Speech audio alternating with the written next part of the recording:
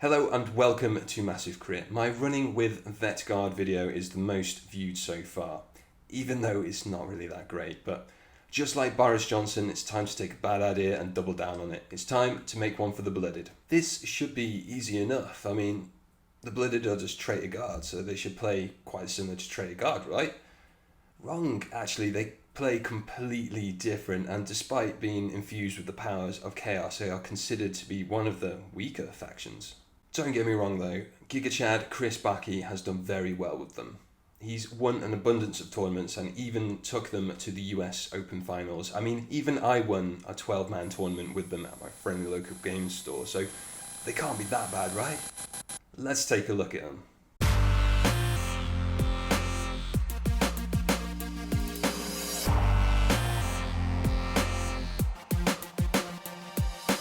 This time I'm going to take you through the faction in chronological order, so let's get stuck into the tack-ups.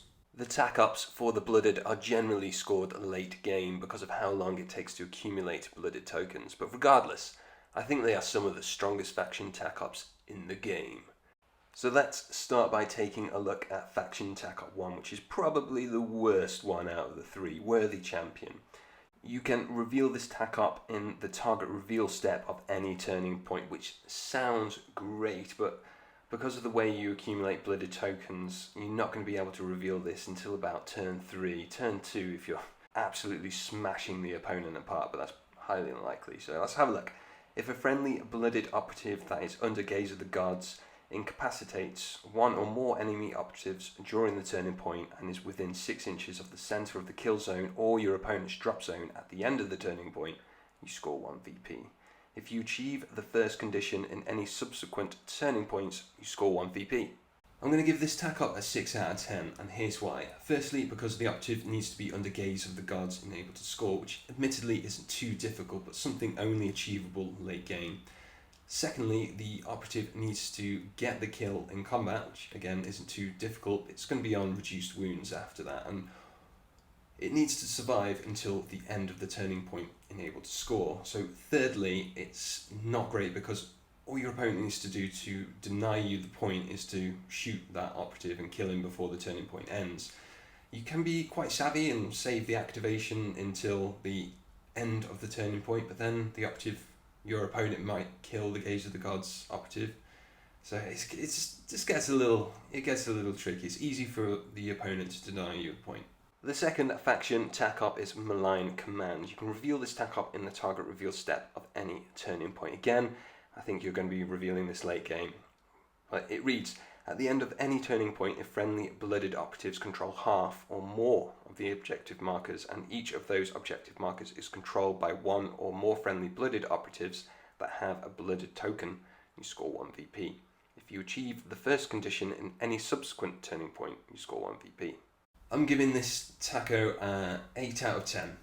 This taco is best used on missions with a low number of objective markers or on Into the Dark maps because the Blooded are a big team. I usually run about 13 operatives, and this gives me plenty of bodies to throw at objectives. The more bodies per objective, the better. Additionally, this taco is probably best used against elite teams because we want to use the advantage of the Blooded's greater numbers to control as many objectives as possible.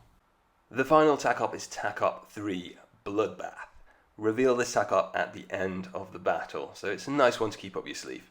If more than half the enemy kill team has been incapacitated at the end of the battle, you score 1 VP. If more than 3/4 of the enemy kill team has been incapacitated at the end of the battle, you score 1 VP. Nice! I'm going to give this taco a 10 out of 10. Good form GW. It just works so well with the playstyle of the kill team, and you don't even need to worry about when you play it. It's just automatically done at the end of the game, which is fantastic. And Bloodbath is the exact kind of tack-up I would expect a team called the Blooded to have in a game called Kill Team. This is absolutely marvellous. It's just the stars align. I would go so far as to say this is pretty much an auto take ever since the new critical ops were released, where you can only take one faction specific tack up per game. But wait, I'm talking like we all know what a Blooded token is and does. It's about time we clarify. Here we have too much text to read to keep interesting, but essentially it says that the blooded have access to blooded tokens. If an operative has a blooded token, it can retain one hit in shooting or melee automatically before rolling the rest of your attack dice. If 4 or more operatives have been assigned a blooded token, one of them can be selected to be under gaze of the gods. An operative under gaze of the gods retains one critical hit in shooting or melee automatically before rolling the rest of your attack dice. There are 3 universal ways to gain a blooded token. There are other ways which we will cover later, but these are the free or automatic ways of generating tokens. So add one blooded token to your pool at the start of every initiative phase. The first time an enemy operative is incapacitated in each turning point, and the first time a friendly operative is incapacitated within 6 inches of an enemy operative in each turning point. Note the wording on the last, it will be relevant later. These tokens are accumulated into a pool that can be assigned during the strategic phase, but only 1 token per operative, people. I really love this faction ability. It essentially allows the team to power up over the course of the game, making the team stronger and more killy the longer the game goes on. So what does a blooded team compose of? 1 traitor chieftain and 9 operatives from the list we can see there. Note that apart from traitor trooper, each operative can only be selected once in your list, and only ever 2 traitor gunners can be included. Additionally, another 4 traitor troopers can be selected, or an Ogrin or enforcer, but they each take up 2 of your traitor trooper slots. I will go more in depth to each operative later, but the last thing to note here is that the team is locked into seek and destroy, but to be fair, I wouldn't have it any other way, as we'll find out later. Anyway, onward to the strategic ploys, which are about as powerful as a fart in the wind, so I usually just save my CPs for rerolls and attack ploys, but there are a couple of exceptions, so let's go through them. Overcharged lasguns. This is the same as the Vet Guard, but without orders to re-roll ones. This strat gives our blooded AP1 and heart on standard las weapons. So without re-rolling ones and a limited amount of lasguns in the team, this seems a bit pointless, right? Not entirely. As mentioned earlier, I like to take the tack up Bloodbath, scoring VPs for the more enemies I kill. My operatives with the lasguns like Calms or Corpsemen tend to be the ones that survive until the end of the battle. Popping overcharged lasguns turn 4 or even turn 3 could be the difference of chipping off the last wounds of opposing operatives, incapacitating 3/4 of the kill team and scoring that sweet 2 VP for Bloodbath. It is situational and I don't always use it, but it's nice to know it's there. Next is Glory Kill, which sounds a bit better than it is. This gives any blooded operative 1 reroll to hit on 1 enemy operative for that turning point. This isn't going to do much when your operatives are hitting on 4s in shooting and 3s in melee. It's pretty useless against 7 or 8 wound operatives with a 5 or a 4 up save, because you don't really need it, and if you do, you always have a reroll tack ploy on 1 dice anyway. It's a little more useful to intimidate a problem operative when going against elite teams, but generally this ploy is a bad one. On to Reckless Aspirant, which is frankly just bollocks. If a blooded operative is within 6 inches of the enemy's drop zone, treat it as if it has a blooded token. I've never used this because by the time my guys are that close to the enemy drop zone, the operatives I want to have blooded tokens generally have blooded tokens, and the ones that don't, well, don't need them, which I'll explain soon. Lastly, we have Dirty Fighters, which again is pretty useless. If you have a friend helping you in melee, then you can retain 1 normal hit as a crit. Pretty underwhelming, to be fair, because generally a 7 wound operative doesn't tend to survive combat for a friend to get in there and help, unless I charge an activated operative, not fight, to charge it again with another. I mean, I want my blooded operative to charge, fight, and either kill or be killed so I can get a blooded token. I don't want to be faffing around with Dirty Fighters. On to the tack ploys, and these are what we've been saving our money for. They are the best tack ploys in the world. First is Callous Disregard, which is just beautiful. Essentially, this allows you to shoot into combat with successful hits tagging your opponent and the misses tagging your friendly operatives. Quality. Remember when I said pay attention to the wording of accumulating blooded tokens? This is why. Has one of your operatives managed to survive in combat and you are unable to obtain a blooded token for a friendly model being incapacitated within red of your opponent? And do you need that blooded token to play a game-changing Gaze of the Gods play next turn? No problem, pop this bad boy, supercharge your plasma into the combat and kill both operatives. It doesn't say the opponent needs to kill your operative to gain the blooded token, only that the operative needs to be incapacitated within 6 inches of an enemy operative. Has your opponent charged one of your not ready operatives and not fought, considering themselves safe from being melted in the face? Charge block, I think this is called. Well, pop this bad boy and melt her away your opponent's dreams. No one is safe, baby. Next, we have Moment of Repute, which again is amazing. Add 1 APL to an operative under Gaze of the Gods. Charge, fight, crack. Move, dash, diabolic bomb. Move, plasma, dash into cover. Do I need to go on? Sweet. Now we are on to reward earned. If you incapacitate an enemy operative within 3 inches, you can add a blooded token to your pool. Not as exciting, but can be useful if you really need that 4th blooded token for that massive Gaze of the Gods play next turn.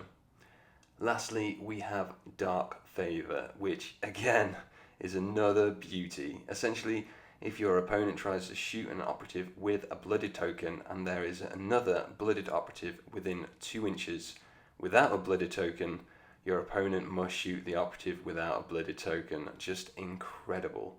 If you want to keep any operative with a blooded token safe from shooting, just park a goon without a blooded token 2 inches next to it. This is why I was saying I don't like the Reckless Aspirant strat.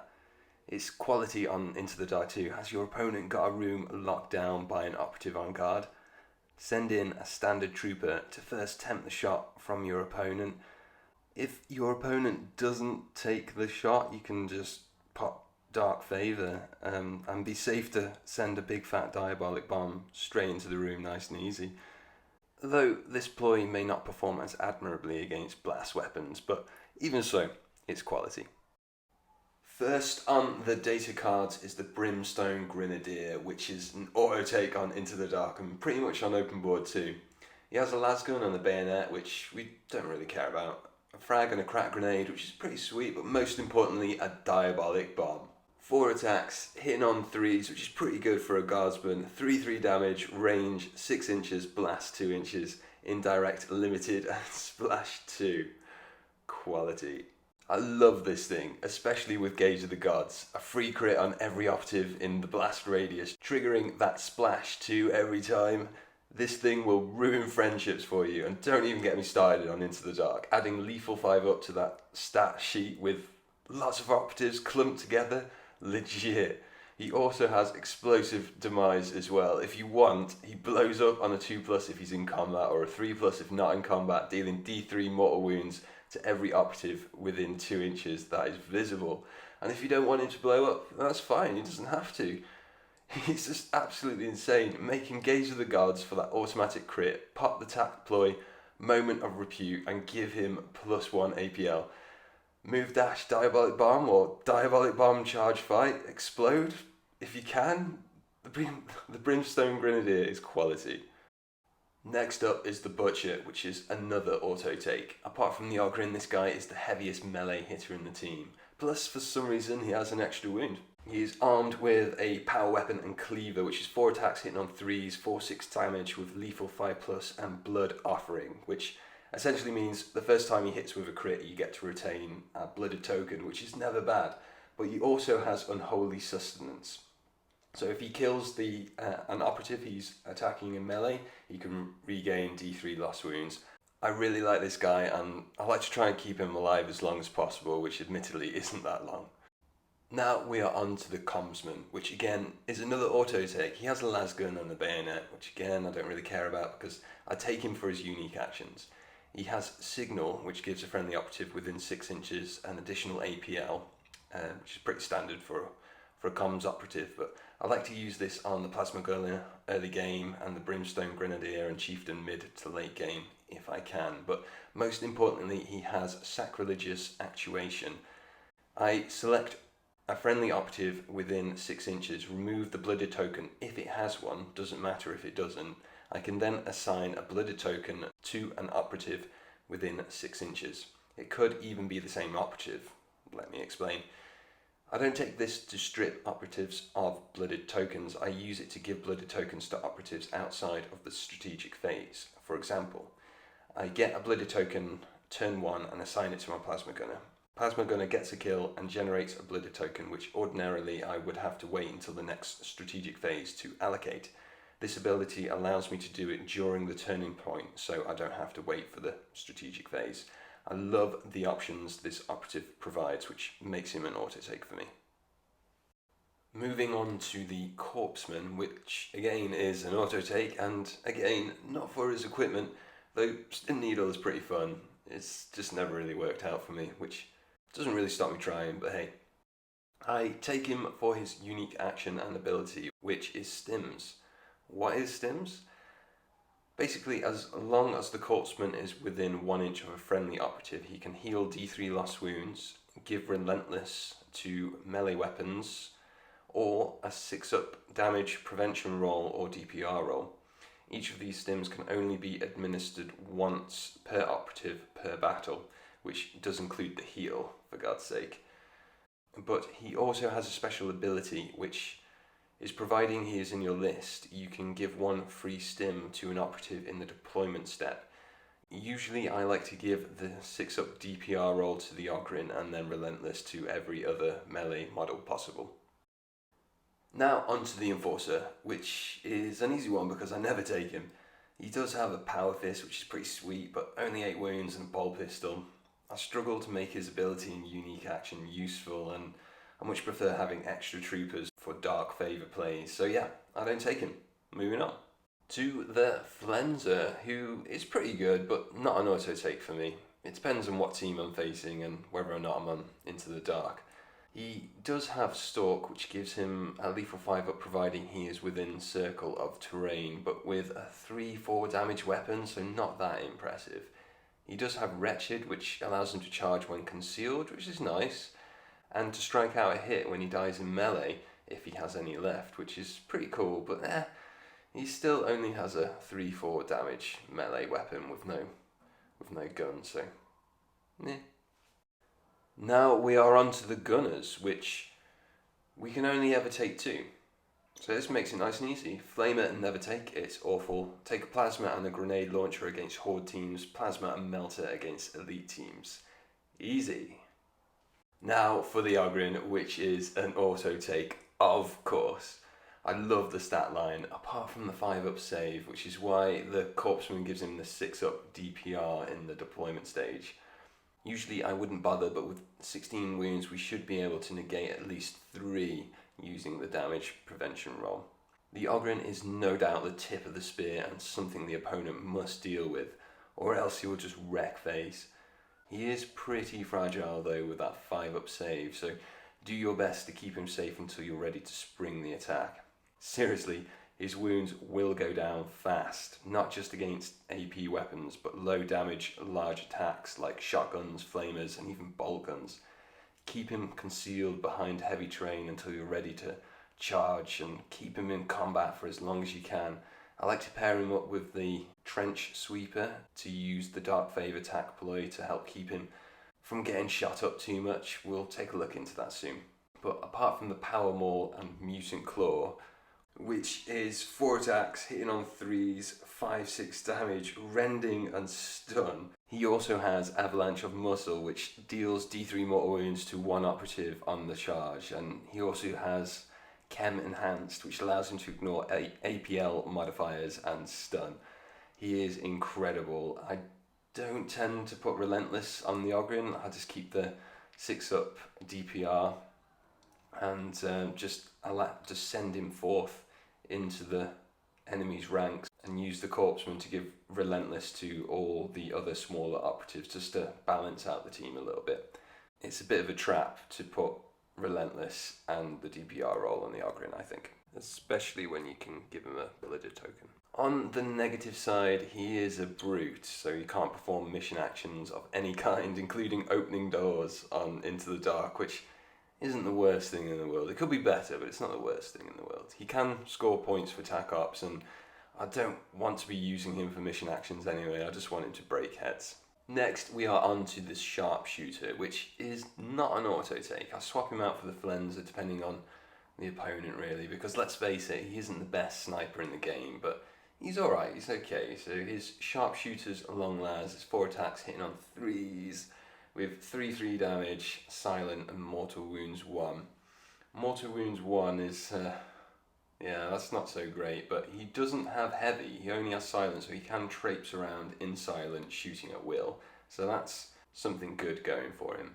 He also has Camo Cloak, which essentially gives him 2 cover saves if he's in cover, which isn't so useful because he's always going to be in conceal because he's got silent and not heavy, but it does help protect him against grenades, I suppose.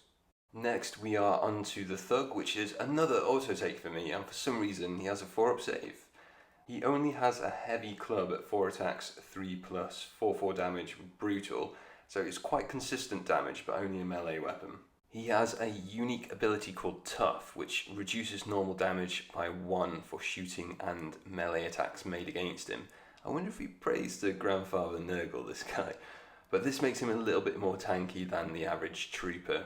And we can make him a little bit more tanky by giving him a Sinister Trophy Rack from the equipment. This reduces attacks characteristics by 1 in melee. So in total, this gives us an operative with a 4-up save that reduces normal damage by 1, and reduces attack dice by 1 in melee. He ain't afraid to get stuck in this one, and because of his damage reduction and 4-up save, he is a good operative to play Dark Favour on to help protect the Butcher or something like that. Moving on to the Trench Sweeper, which for me is an auto take. He has a 4-up save with a shotgun, with 4 attacks hitting on 2s, 3/3 range red, but it's his abilities again is why I take him. His first ability is called Shield, which allows the Trench Sweeper to parry 2 of the opponent's hits when in melee, which is quite useful. But he also has Shielding, which is even more useful. So Shielding, when activated, it allows the Trench Sweeper to re-roll his defense dice, but on the negative side reduces his movement by 2 inches. This second Shielding ability is why I like to take him. He's great for sitting on forward objectives, but most of all I like him to follow my Ogren to play Dark Favour. He's a good one to protect the Ogren with Dark Favour because of the 4-up save and re-rolling his saves when Shielding is activated. Additionally, because of his shotgun hitting on 2s, he is great for clearing up operatives in melee, or at least damaging enemy operatives in melee with his Callous Disregard tac ploy. For the Traitor Troopers, there's not much to say, they're just fresh meat for the grinder. I take 2 of them to play Dark Favour to protect the more valuable operatives, which I am mentioning quite a lot, but I just can't emphasise enough just how useful that tactical ploy is. Lastly, we have the Traitor Chieftain, and to cut a long story short, I run in with a plasma pistol and an improvised blade. A plasma pistol hitting on 3s can't be ignored in a team with minimal shooting capabilities. The improvised blade is awful, but we can improve it slightly with Wicked Blades from equipment. He does have some incredible abilities, the first being Blooded Icon. If a friendly operative with a blooded token is incapacitated within 6 inches of the chief, you can add it back to your pool. This is quality. Those blooded tokens are essential, and without this ability, when a friendly operative dies with a blooded token, the token is just lost. Lead with Strength is also a quality ability. If the chief has a blooded token and is within 6 inches of the opponent's drop zone, he can act as if under Gaze of the Gods. So that gives us a potential 2 operatives per turn with Gaze of the Gods. That's incredible, really good. So with these abilities and the plasma pistol, the chief is just a perfect midline operative. Now we're finished with the data cards, let's take a look at the equipment. Equipment, again, for this team is underwhelming. We have the standard frag and crack grenades, which I never take because I take the Brimstone Grenadier, who already has them. I could swap the Grenadier out for another operative and give the grenades to 2 other operatives, but I just love that Diabolic Bomb too much. So on to Armoured Plates for 2 EP. These enable the operative it is equipped with to re-roll defense dice results of 1.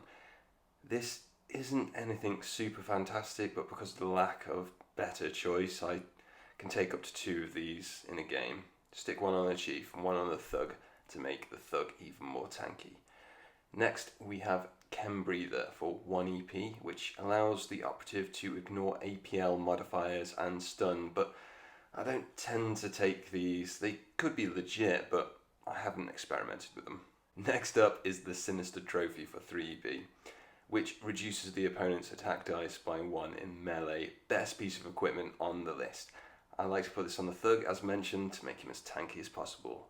Now for the Incendiary Shells for the Trench Sweeper at 2 EP, who can choose to use them each time he shoots, and if he does, his shotgun gains blast 1 inch, but -1 from its normal damage profile, so it becomes 2-3 damage with 1 inch blast. This is quite fun on Into the Dark because blast also gives it a lethal 5-up, but because the blast radius is only 1 inch, it's not very useful. I don't tend to take it. Next is Beast Pelt for 1 EP. These give you a reroll on defense against blast and torrent weapons and allows you to ignore splash damage. I like these and I can take up to 4 of them on the upfront troops. Finally, we have Wicked Blades, which increases normal damage of certain melee weapons by 1. I give 1 to the Chief, making his improvised blade 3/3 damage, and 1 to the Trench Sweeper for the same effect. To sum up my equipment choices, I always put the Wicked Blades on the Chief and Sweeper. I always take the Sinister Trophy on the Thug. These 3 choices add up to 6 EP, so for the remaining 4 I split between Armor Plates and Beast Pelts, but I usually forget about these, so they're pretty pointless. As for the Tac Ops, I like to take Bloodbath because killing is just what the Blooded do well. I also like to take Rout and Rob and Ransack because they all synergize well with each other. All I have to worry about is killing operatives and primary objectives. What could go wrong? I haven't included the Tac Ops from the Critical Operations pack because despite having it on pre-order for months now, I still haven't got one. Bad form, GW. So, to sum the Blooded up, I'd say they were a glass cannon horde team that likes to fight somewhere between 6 inches and melee with very little ranged capacity, but still enough ranged capacity to put some warning shots in there. For turns 1 and 2, I like to play a little bit cagey, concentrate on the primary objectives if I can, and generating at least 4 Blooded tokens for the start of turn 3 and for the start of turn 4, where my operatives should be close enough for those high damage Gaze of the Gods attacks. But that's about all I've got time for, so if you like the video or if there's anything you'd like to add to the video, put it down in the comments below, and until next time, may you always crit massive.